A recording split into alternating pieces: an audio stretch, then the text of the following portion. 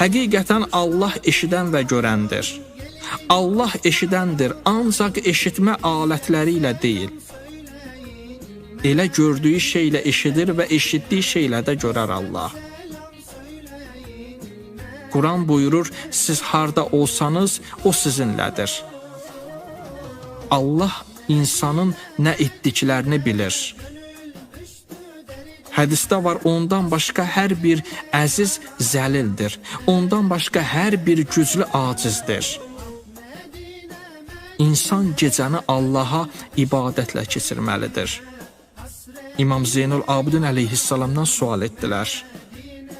Keyfə əsbəhdu yəbnə Rəsulillah. Gecəni necə keçirdin?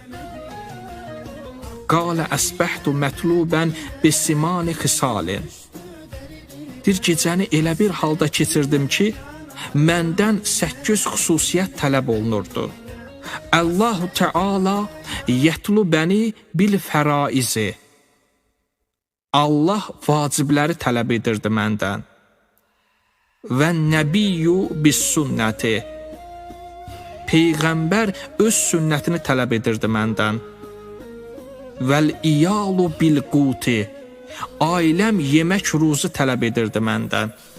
Və nəfsu bis şəhvəti. Nəfs şəhvətimi tələb edirdi.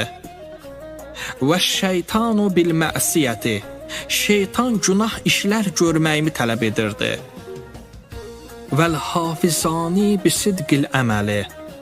Əməlləri yazan 2 mələk düzgün əməl tələb edirdi məndən. Vəl mələkul maut bir ruhi.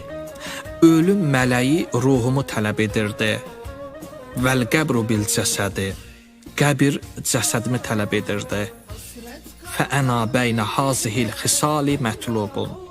Mən də bunların arasında tələb olunurdum.